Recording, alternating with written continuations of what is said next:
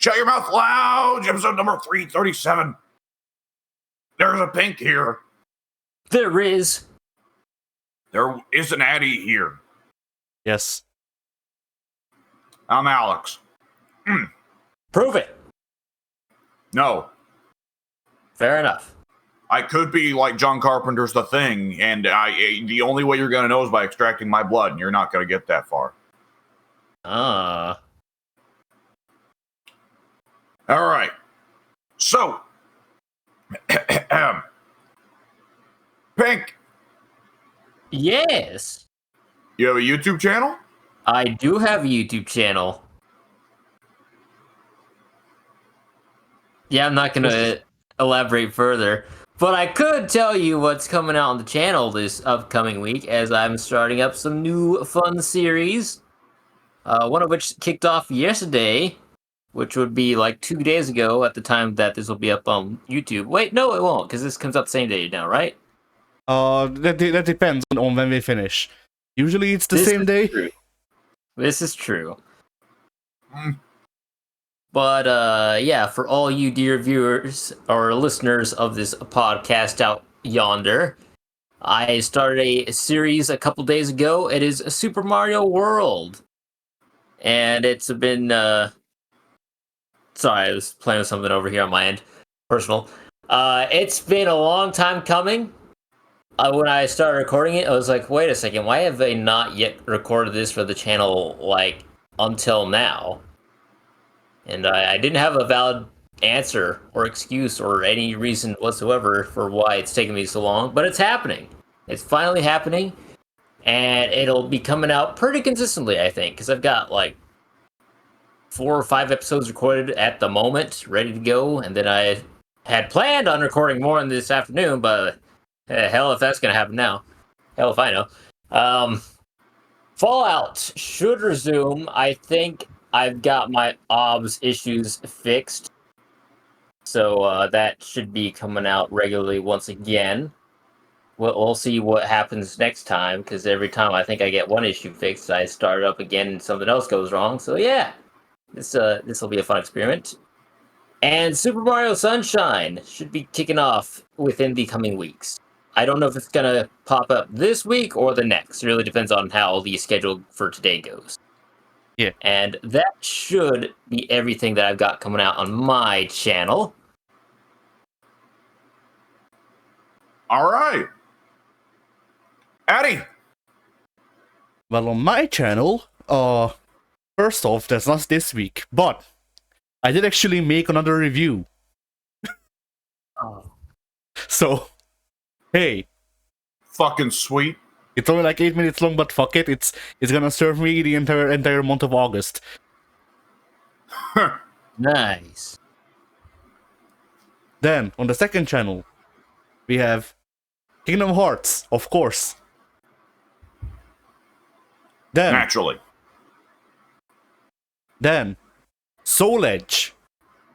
Where we discovered... Soul Edge? Yes, where we discovered a samurai's greatest weapon, their feet. Okay. And finally, in a Perfect Apocalypse, it continues. We are going to be finding all of the Harlds, apparently. Okay. Oh, next week is a banger. Just looking at my schedule. Yeah.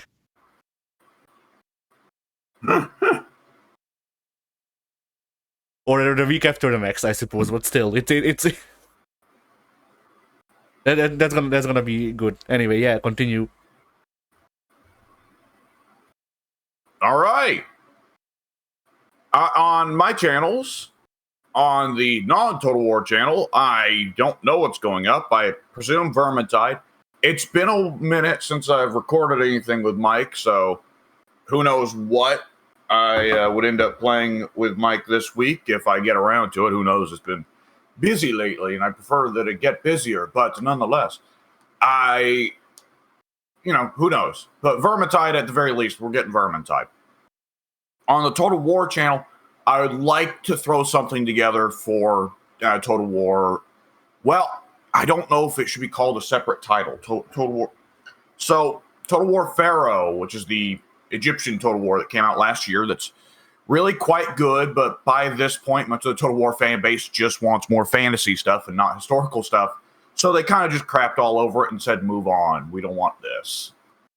But nonetheless, it's a very good Total War game about the late Egyptian period. And also you can play the Hittites and, the Sea Peoples and what have you. But nonetheless, they said, all right, fuck it. We're going to do one big last update for the game, and then we're going to move on. And they call it Dynasties, and it's treated as a separate install. Like, everybody who owns Pharaohs gets it. If you buy Pharaohs today, you get it. If you buy Pharaohs 10 years from now, you get it. But nonetheless, it's treated in your Steam library like a separate game, and it doubles the size of the map and adds the fucking ancient Greeks, the the pre-Ionian Greeks. Is that it, Pink? We're talking Mycenaean Greeks. Yeah. Okay.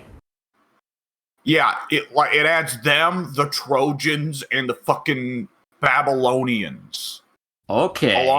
Along with a smattering of Mesopotamians around Babylon.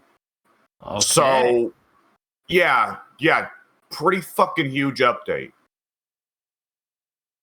So that's really cool, and I'd like to put together a video for it, but I just don't know what. Right.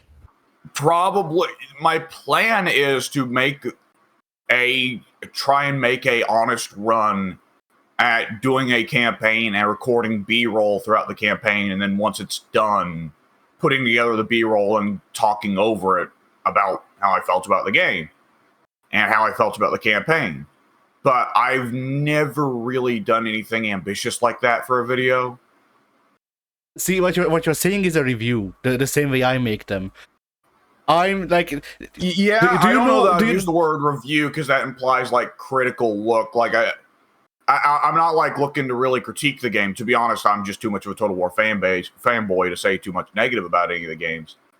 I would shoot for more of a campaign overview and to a certain degree summary. So a video essay. Yeah. Yeah, I don't know that I'd even say a video essay.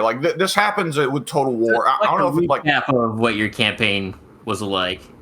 Yeah. It's one of those things that kind of it's limited to it's limited to the sort of strategy games where you'll pick a nation or a race and play a campaign for 10 to 15 hours, right? I don't know why. I don't know why I thought you were gonna say you play a campaign for 10 to 15 years. Yeah, some of them, honestly. That's where some of the MMO type people will probably be. Yeah. Excuse me. Bless you. But too long for an LP.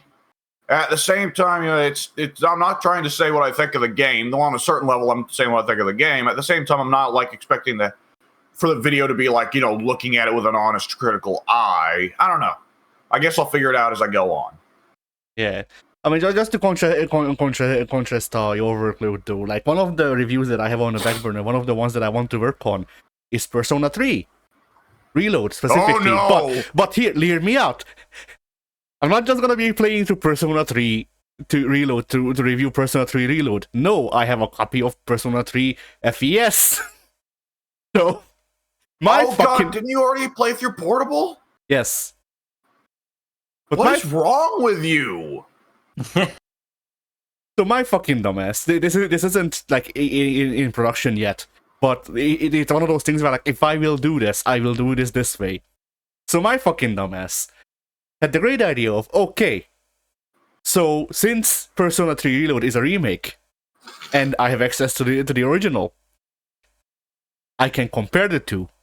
And while I won't make a review talking about both of the games, because Reload has in most cases succeeded FES and Portable, I can go hey, but during the review I can go, hey, we're in this part of the game.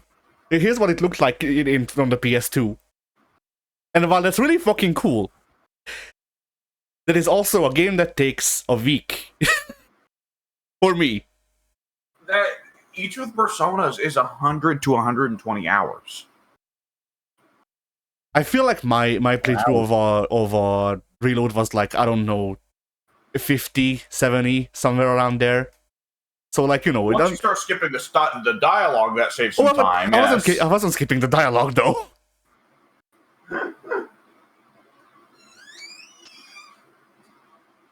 I mean, the even bigger thing is that like, if I'm doing this, then I feel like I shouldn't put in the like even if it takes me like only 70 hours to play the game, that's still 140 hours split between both games roughly.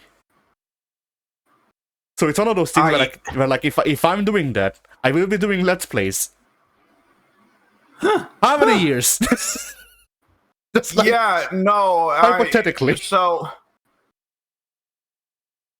I mean, I just think of like, you know, the Super Best Friends who are big Persona fans.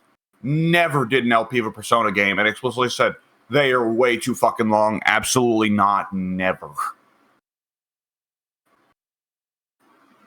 Like, this is madness.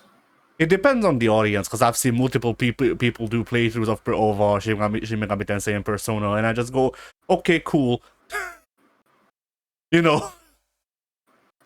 See, SMT, there's a considerable chunk of the gameplay that you either just don't record, or you have, like, music playing or whatever, and just chat about nothing while you play it, because it's just grinding the same spot until you're ready to beat the next boss. Yeah.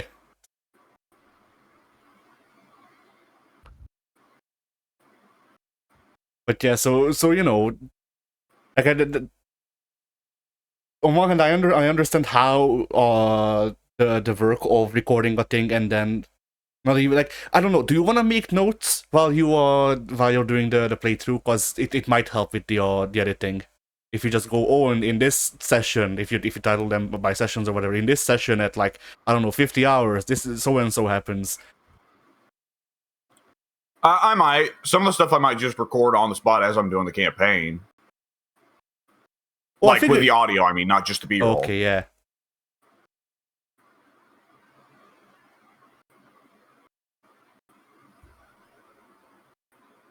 I figured you do that anyway, and that would be the B-roll, because that's how I do it. For some reason. Yeah, no, I don't see myself devoting myself to doing the commentary. I have a hard time doing single-player commentary. I don't know about you guys, but I find it way easier to record while bouncing off someone else. I mean, that's generally why I suggest so many games for us to play through on the channel. But it depends. Some games are easier to commentate on than others. Yeah, I think that there are definitely just some instances where there's also a game that you're just more comfortable with. I mean, even then it depends, because like, you know, I do the whole thing of playing fighting game arcade modes, and like sometimes sometimes something catches my eye in the game design and I just talk about it for the entire runtime, and other times like I record a video of Urgeis, and Urgeis has Sephiroth as a playable character, and it's kind of just like an hour of me going ooh ah ooh, and then yelling whenever he does a German suplex, you know. So, because that you know, the classic Sephiroth move, German suplex. He just does that. Yeah. What a beast. I remember. By the way, can I mention that I was thinking like, well, you know, while we're podcasting, I barely know how to play Strive, and we're gonna probably play the Strive beta later today or whatever, tomorrow or whatever, who knows. So might as well, while we're podcasting, pop in the Strive beta, the Strive Team of 3 beta, and practice. Yeah. Oh, practice room is locked. Yep. Okay. What? There's a tutorial. You can play the tutorial over and over again. So I did that once, and then I went okay. I went okay, and then I don't need to learn how to play Soul. I'm not gonna play Soul. I am going to play 4 characters, maybe 5 characters on this fucking roster. But here's the thing though, you have to remember. We will be making a team. We are running trios matches. Oh, that's right. We're challenging the fucking Young Bucks for the title. That's right. It's trios, right? So I'm just going to pick Faust, because Faust is probably going to be the best one for assists. Because I doubt that, I do not believe that they will let Pop Buster be an assist you can throw out. Slide Head might actually be a stupid good assist, but who knows if they let you do that one either. Every character has like 3 assists, and the person controlling the assist character decides which one you do. So, okay. So we're not even doing that aspect of team games where you have to pick your assists. Like, no, you just get all 3 of them. yeah, you get all 3 assists, and then the person playing that character decides which assist they do. In fact, they also decide when they do it. Like the only thing that you can decide when you're in the driver's seat is whether or not you want to tag someone in, more or less. Okay. I guess it should be worth noting that a warning may be necessary unless we're just doing japes and don't care about winning. Also, would you ever want Pot on point? Well, I guess if you give him some projectile and DP assists, then that actually make Pot a lot more tolerable. There's universal projectile assists. I'm sorry, what? So the assists, each character has three assist moves, and then there's a bar. Both assist players can choose from the bar what they want to do, and it's stuff like heal the player character, give their attacks poison, do fucking ground wave, summon lightning. Wait, so do the assists not actually do anything different? It's just different visuals, but the same gameplay functions? They do shit different, but those are the character-specific things, and then there's also a separate set of universal assists that they can do. Okay. But the difference is, the main difference is you can do the universal assists, just freely, more or less. To do your specific assists, you need to signal the main guy to tag you in, and then you can do it instead of getting tagged in. Okay. But if you go into the tutorial, then that explains all this shit. Oh, good lord. All right. Fuck it. We'll do it live. All right. Hey, you know what's coming out on the channel? The group channel? I don't have a clue. Well, what's wrong with you? I do, because I'm better. All right. July 29th, Monday, Dongarupper. On July 31st, Wednesday, Payday 2 Part 21. On August 2nd, Friday, Street Fighter 6 Part 22. And on August 3rd, Saturday, Phasmophobia Part 27. All right. So there we go. That's all the uploads and such. So, whoever's idea the topic was, do you want to be the one to introduce it? I suppose I can. Assuming I haven't already forgotten. Let me check the brain. Nope, still up there. All right. So this week's topic was our favorite, best, or just a memorable use of the internal game clock within a video game. Now, I assume you mean like the way the game measures time on its own rather than using like the console's clock. My original idea was console's clock, because that's what I had not plans for, but ideas on. But I'm good with either or. Any type of feature that requires a use of time or the clock or anything like that. Okay.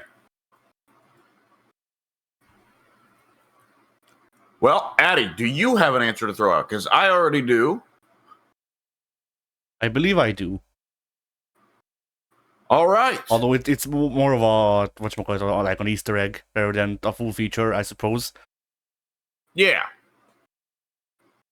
Do you want to go ahead or should I? I suppose I'll go ahead and go ahead just to get someone going ahead then.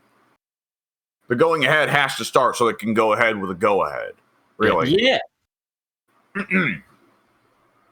So when I go ahead, let's say it's Dead Rising 1, the first game, which when Pink mentioned the topic of favorite clock mechanic in a video game, I immediately went, oh, Dead Rising. that it didn't even require any thought. Like ordinarily, it takes a lot of thought, looking over my Steam library, looking at the games on the shelf. This time, nope, Dead Rising, immediately, on the spot. For a lot of people, the time-based mechanics, the scheduling, the limited time missions were what made them hate Dead Rising 1. And I get that.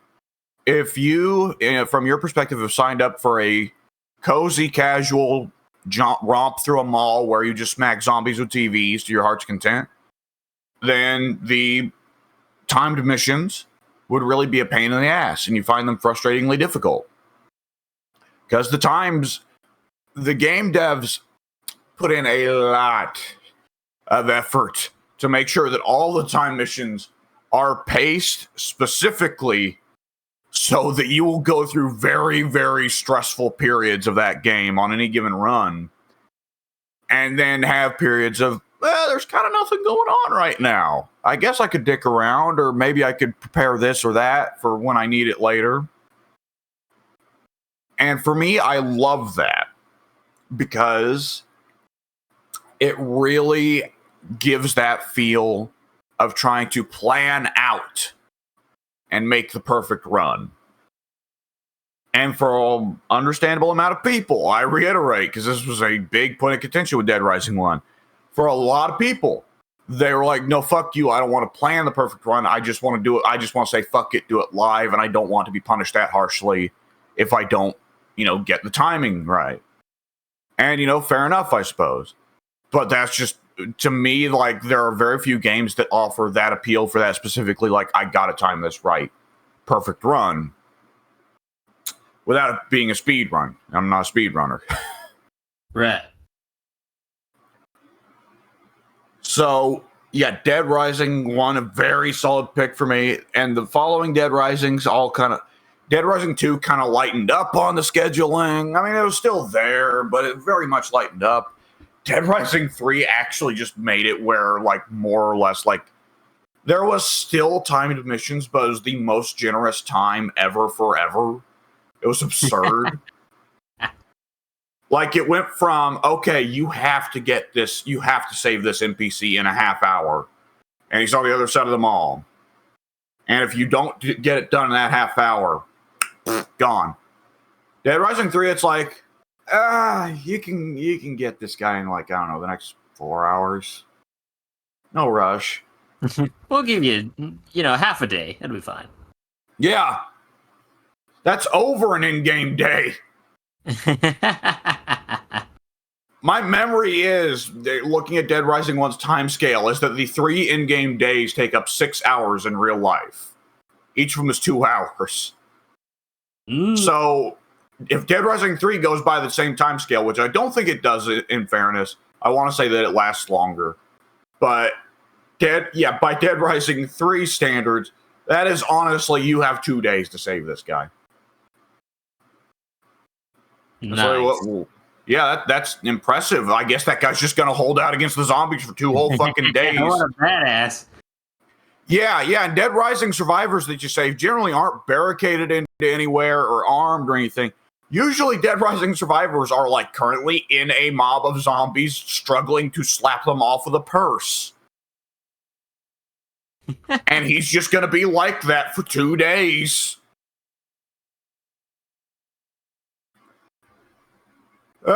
So yeah, there you go. There's my pick for time, though I'm sure I'll have another answer in the time that you guys come up with your answers.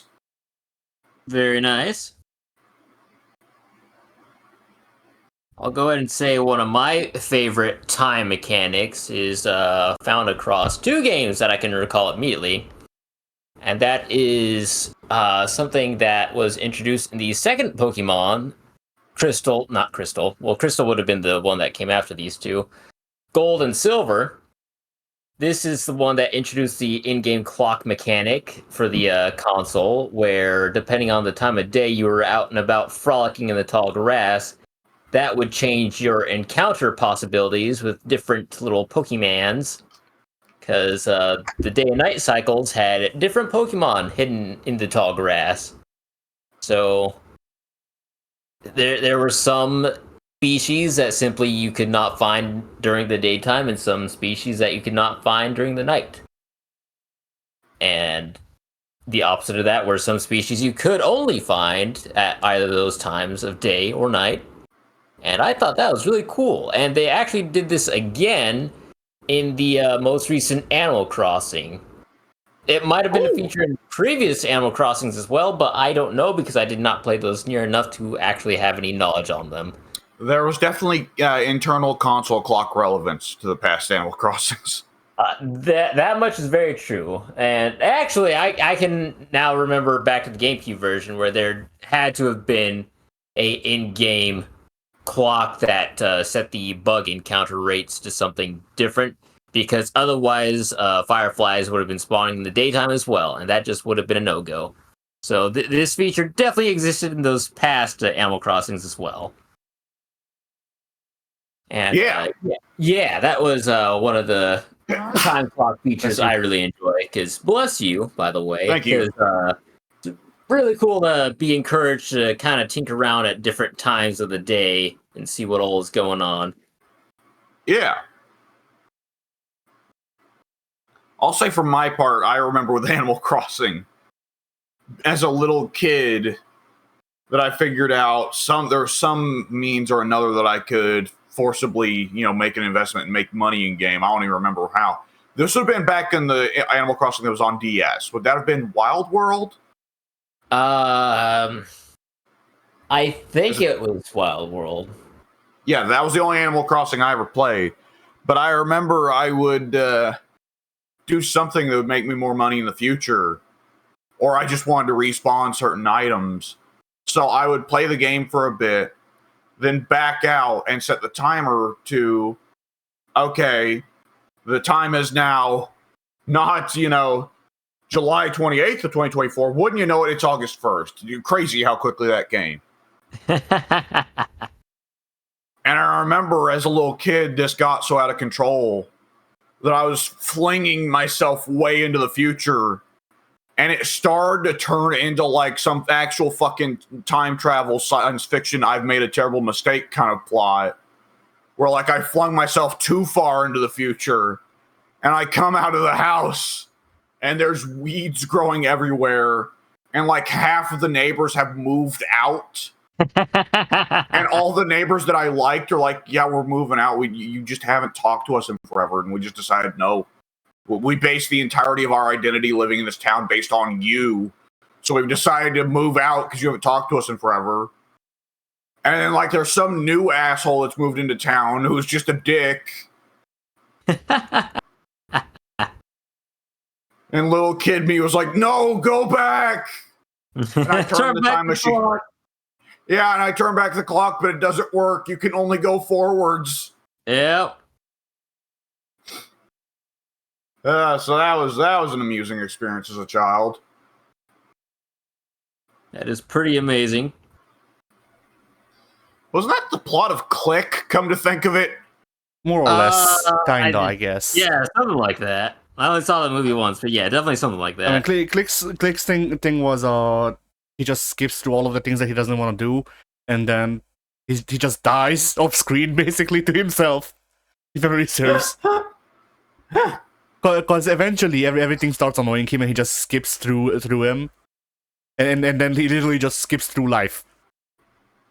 Through that. All right.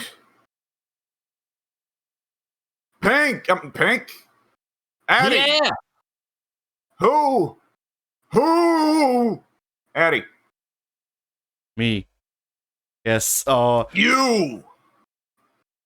Yeah. See, I couldn't skip through the Who because the PS4 doesn't have an internal clock. It takes that shit off the internet. Yeah. That's like a specific artifact of the time. Yeah. That game would have been improved by Hideo Kojima not doing that in the first place. But if he had to, then it would have been improved by me being able to do time fuckery. Yes. Yep. Kojima problems. But Yeah, I mean, my answer to this was just, the clock stage in Marvel 2, to be topical. Oh, yep. Mm-hmm. I don't. There is a clock stage in Marvel 2, and it actually shows the time, the right time. Ah.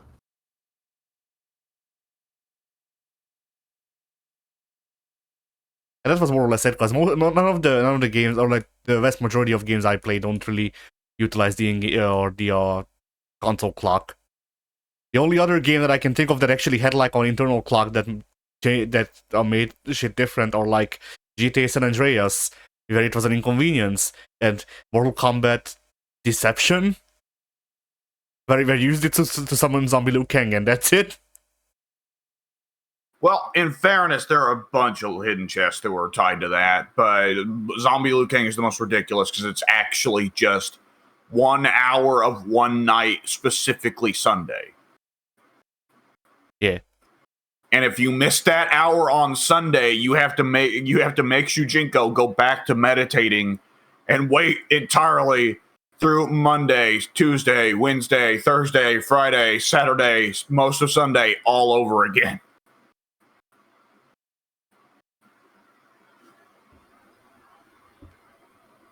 And like that kind of cool small secret, it can be cool sometimes. The issue is it's a fighting game, so that's an entire character on the roster. Messed up. Yeah. It's fine. It was Zombie Liu Kang. He wasn't worth much anyway. Yeah, but Zombie Liu Kang came with an alternate costume for living Liu Kang. Oh. Which was really weird, because living Liu Kang still did the Zombie Liu Kang fatalities. I can only imagine what kind of fatalities a zombie would have. You know, he had one of the best reversed fatalities with the reverse fatality bug. Oh, that might be one of the all-time greatest video game bugs, the reverse fatality bug. It's up there. Like, any bug that you can just deliberately turn on and not accidentally, and it just makes shit funnier, you know? Yeah. Well, I feel like that's a topic for another day. Funniest video game bugs. The issue is when we do that one, I won't remember the reverse fatality bug, and I'll instead probably just say something like Assassin's Creed Unity monsters. Yeah.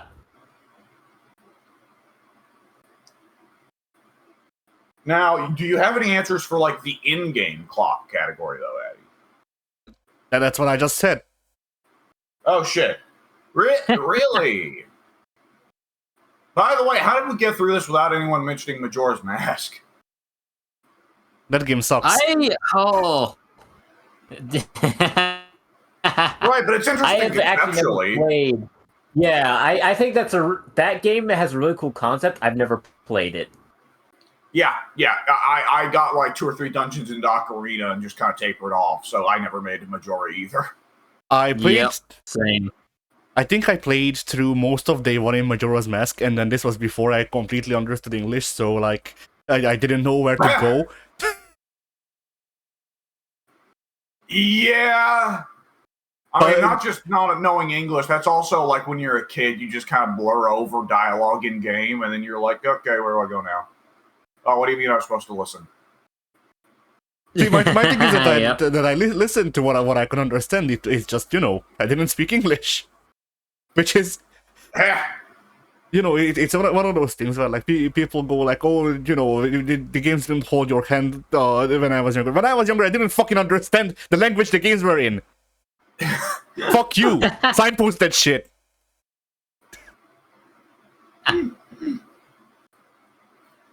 Oh boy. Like, fucking Tunic tried to do a gimmick with that, but then they just made the game be in Japanese. Which, yeah. Well, that's not entirely true, but it's they. Here's the thing that Tunic missed. If you play a game, and like the game has the instruction. You find the pages of the instruction manual throughout the game, and it's mostly in a made up language, and there are some parts that are in English. And this is the problem. Growing up, even if something if something didn't get a localized instruction booklet, I didn't understand entire passages. I understood a word in a sentence once every 10 paragraphs. And like I understand that they need to make it so you understand some paragraphs so that you know what to do. But no, fuck that. You either commit or you don't. Don't do this half-ass shit. It just makes the game worse.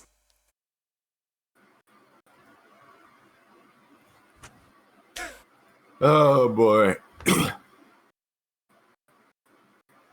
But yeah.